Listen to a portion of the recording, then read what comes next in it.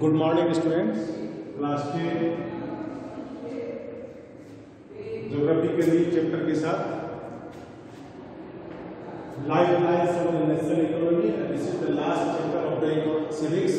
This is the last chapter of the geography, life lines of the national economy. देश की जीवन रेखा, ये chapter है आपका।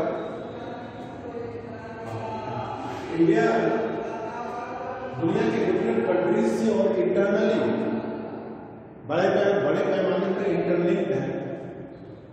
Yet the India size is the big, बहुत बड़ा साइज में है। इंडिया में डाइवर्सिटी है, लैंग्वेज डिफरेंट है, सोशल कल्चर डिफरेंशिएशन, फिर भी हमारा देश इंटरलिंक्ड है, जुड़ा हुआ अच्छी तरह एक दूसरे स्टेट से, डिस्ट्रिक्ट से और इवन द वर्ल्ड के डिफरेंट कंट्रीज।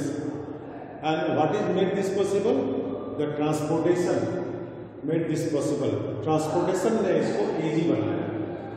इसमें कंट्रीब्यूशन ट्रांसपोर्टेशन का ही है सबसे ज्यादा। उसमें देखिए हमारे देश में मॉडर्न मेथड ऑफ ट्रांसपोर्टेशन और मॉडर्न फॉर्म ऑफ ट्रांसपोर्टेशन जो है उसमें देखिए आपका रेलवे है, Airways, waterways, newspaper, radio, TV, internet, ये सभी मॉडर्न ट्रांसपोर्टेशन के वे हैं और कम्युनिकेशन के वे हैं, तरीके हैं।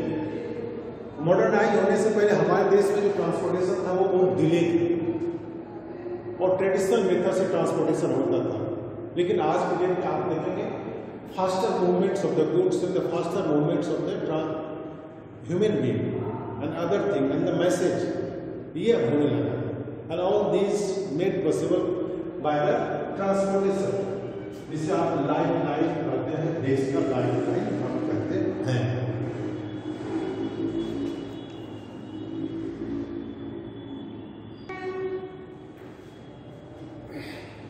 मीन्स ऑफ ट्रांसपोर्ट, हमारे देश में जो different types of transport use किए जाते हैं उससे हमें स्टडी करना आगे है लाइफ लाइन नेशनल इकोनॉमी में। पहला है आपका रोडवेज, जिसे आप सड़क मार्ग भी कह सकते हैं। India one of the largest road network, India का जो नेटवर्क रोडवेज नेटवर्क है, दुनिया में जितने भी कंट्रीज है उसमें इसका भी एक अच्छा रैंक है। Largest network of roadways India की है और ये ऑलमोस्ट हमारे देश में प्रिसाइडेड द रेलवेज। रेलवेज को ये एक तरह समझिए कि ऊपर इसका एज, रेलवे से ज्यादा इसका महत्व वैल्यू है रोडवेज का। रोडवेज को एज है ओवर द रेलवेज, उसके कई व्यू पॉइंट है। इजी टू बिल्ड, रोड बनाना आसान है और इसका मेंटेनेंस करना भी आसान है in compare to the railways. इसीलिए roadways having the edge over the railways, बनाना भी आसान है इसे और इसका मेंटेनेंस में भी इतने ज्यादा खर्च नहीं लगता रोडवेज में। इसीलिए रोडवेज का जो लेंथ है हमारे देश में वो कंपेयर टू रेलवेज ज्यादा है। इंपॉर्टेंस देखिए, रोडवेज का importance in compare to railway ज्यादा है। उसके कई कारण हैं, आप देख सकते हैं। कंस्ट्रक्शन कॉस्ट, इसके कंस्ट्रक्शन कॉस्ट रोडवेज को बनाने में जो कॉस्ट लगता है in compare to railways lower है, खर्च कम लगता है बनाने में इसमें, पहला। दूसरा है ट्रांसवर्स कंपैरेटिवली मोर डायसेक्टिव। ये मोर डायसेक्टिव इन द सेंस इससे बहुत कम डिस्टेंस पे ही ये मुड़ जाते हैं और ये घूम जाते हैं। ये घुमावदार और मोड़ वाले जगहों पे इजी में बनाए जा सकते हैं, लेकिन रेलवे नहीं बनाया जाता। रेलवे के मोड़ के लिए बड़े एरिया की जरूरत पड़ती है, इसलिए ये डायसेक्ट इजी में हो सकता है। एंड अनडुलेटिंग लैंड, अनडुलेटिंग ऊबड़ खाबड़ जगह पर भी ये बनाए जा सकते हैं, ऊंचे नीचे जगहों पे ये बनाए जा सकते हैं, बट रेलवे ऊंचे नीचे जगहों पे नहीं बनाए जा सकते। Can make slopes in the mountain, road highest slope भी बनाए जा सकते हैं और हिमालयन माउंटेन पे भी बनाए जा सकते हैं। हिमालयन माउंटेन एरिया में भी बनाए जा सकते हैं roadways, but it's very difficult to construct the railways on the Himalayan mountains and the slopes. Very difficult. ये इकोनॉमिकल भी होता है for the transportation of people as well as the goods transportation में इकोनॉमिकल भी होता है। Door to door service, roadways door to door service provide करती है, railway door to door service provide नहीं करती है। रोडवेज आपके घरों तक भी पहुंच सकती है, बट रेलवे आपके घरों तक नहीं पहुंच सकती। रेलवे एक फिक्स एरिया तक भी अपनी सर्विस प्रोवाइड करती है, बट रोडवेज विलेज, छोटे शहर और बड़े शहर सभी को कनेक्ट करती है। बट मोस्टली रेलवेज को देखा के बड़े बड़े शहरों को कनेक्ट वो करती है, इसलिए door to door service provide करती है। और ये फीडर का भी काम करती है। फीडर का मतलब है रेस्ट ऑफ द जो ट्रांसपोर्टेशन का मीन्स है उसे जोड़ने का भी काम करती है। चलिए मानकर चलिए एरोड्रोम अगर पटना में है, हवाई अड्डा पटना में है, और सीतामढ़ी के व्यक्ति को अगर हवाई जहाज पकड़ने पटना जाना है तो वो रोडवेज से जा सकता है। चलिए रेलवेज का, अगर रेलवेज का बड़ा शहर मुजफ्फरपुर में है और रिमोट एरिया में किसी गांव से किसी व्यक्ति को रेलवे के लिए आना है पकड़ने के लिए, ट्रेन पकड़ने के लिए, तो वो रोडवेज के थ्रू ट्रेन पकड़ने आ सकता है। तो इस तरह कह सकते हैं वो फीडर का भी काम करता है, रोडवेज फीडर का भी काम करता है।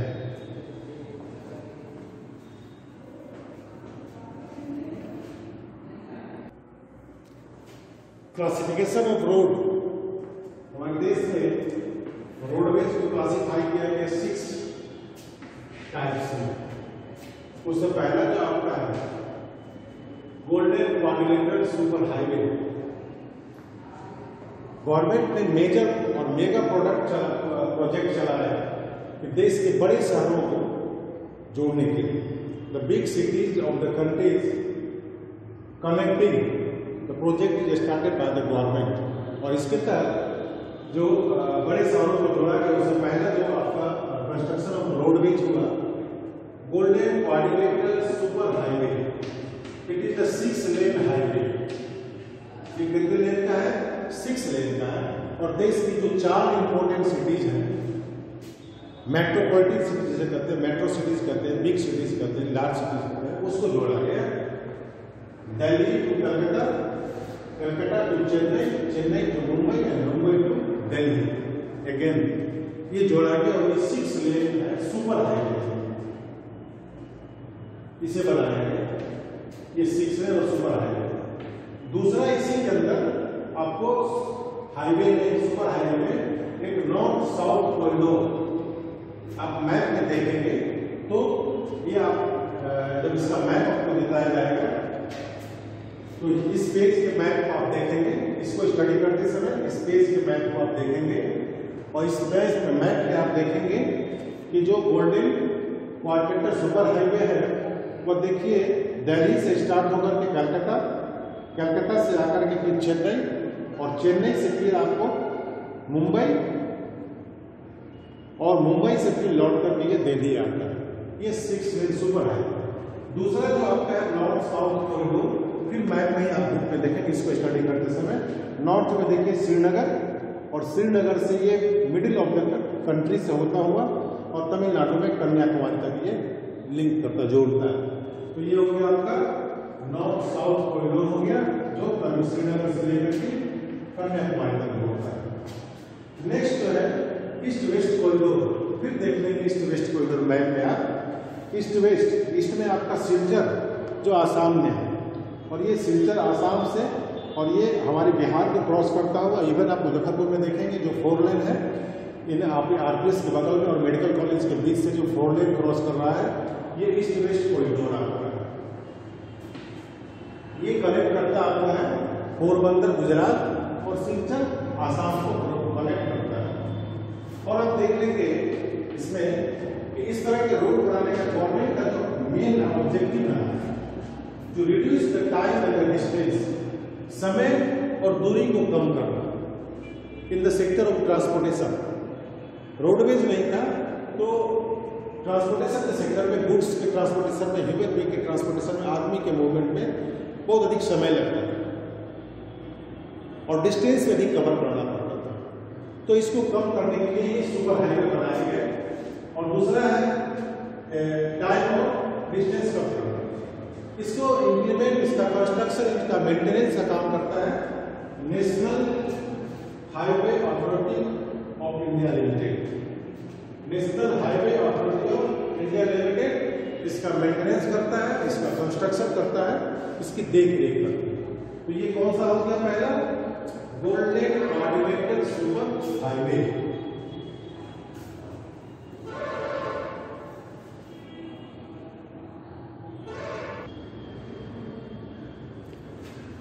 नेक्स्ट जो आपका है रोडवेज में वो नेशनल हाईवे। इसके पहले super highway, quadrilateral super highway, अब आगे नेशनल हाईवे। नेशनल हाईवे का प्रोफेसर कंस्ट्रक्शन बहुत पहले हुआ। सुपर हाईवे का वो कॉन्सेप्ट बाद में आया, लेकिन नेशनल हाईवे का कॉन्सेप्ट बहुत पहले से चला रहा देश में और बहुत पहले से बना हुआ है। ये हमारे देश में लिंक करता है extreme part of the country, देश के दूर दराज एरिया से ये जोड़ने का काम करता है। और ये प्राइमरी रोड सिस्टम है और ये मेंटेनेंस और led by CPWD, central public works department. फिर से इसको मेंटेन करना, इसका कंस्ट्रक्शन करना सेंट्रल पब्लिक वर्क्स डिपार्टमेंट के द्वारा इसको मेंटेन और कंस्ट्रक्ट किए जाते हैं। हिस्टोरिकली आपको बता दें, देश में अभी बहुत सारे नेशनल हाईवे है और day by day, year by year इसके न्यू हाईवे कंस्ट्रक्ट हो रहे हैं, बन रहे भी हैं। तो उसका अभी रिपोर्ट देना पॉसिबल नहीं है, लेकिन कुछ जो important historical road national highway उसके बारे में बता दूं। तो सेल-सार सूरी मार्ग, जिसे NH1 के नाम से जाना जाता है, वो आपको दिल्ली टू अमृतसर। फिर से सेल-सार सूरी मार्ग, जिसे GT रोड के नाम से भी जानता है, ग्रेट ट्रंक रोड के भी नाम से जाना जाता है, उसे NH1 कहा जाता है और दिल्ली से अमृतसर के बीच है। सेकंड है NH7, जो लॉन्गेस्ट हाईवे कहा जाता है। इसका डिस्टेंस आपको देखिए 2369 किलोमीटर लॉन्ग, 2369 किलोमीटर लेंथ है इसका। इसे लॉन्गेस्ट हाईवे आज देश में हमारा है NH7 है। और ये कनेक्ट करता है, ये वाराणसी को कन्याकुमारी, इसको कनेक्ट करता है। दूसरा जो NH8 है वो दिल्ली से मुंबई को जोड़ता है। तो ये जो नेशनल हाईवे हमारा है, ये देश के रिमोट एरियाज को जोड़ने का काम करता है और बिग सिटीज को भी काम करता है, जोड़ने का काम ये करता है। बहुत सारे NH है, आप इसे मैप पर देखेंगे तो बहुत सारे NH आपको मिल जाएंगे।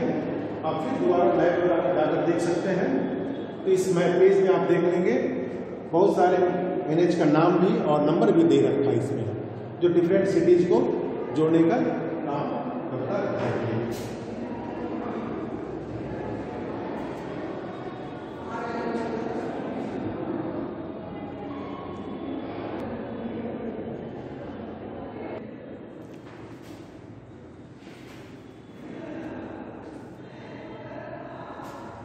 नेक्स्ट जो आपका रोडवेज है state highway, linking state capital.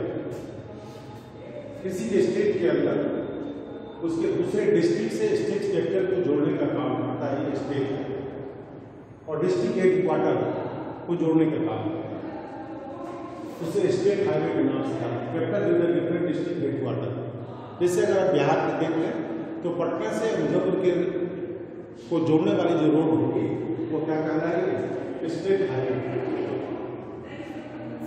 तो स्टेट कैपिटल से स्टेट के डिफरेंट डिस्ट्रिक्ट को जोड़ने का जो रोड है उसे स्टेट हाईवे कहते हैं। ये कंस्ट्रक्शन किए जाते हैं PWD, और स्टेट गवर्नमेंट में एक PW डिपार्टमेंट होता है, पब्लिक वर्क्स डिपार्टमेंट। वो इस रोड को कंस्ट्रक्ट करती है और मेंटेन करके रखती है। दूसरा जो फोर्थ नंबर जो रोड आता है और डिस्ट्रिक्ट रोड है, ये डिस्ट्रिक्ट हेडक्वार्टर और रिमोट एरिया में विलेज या छोटे सब अर्बन एरियाज को जोड़ने का काम है। डिस्ट्रिक्ट हेडक्वार्टर से जितना अदर प्लेस होता है डिस्ट्रिक्ट।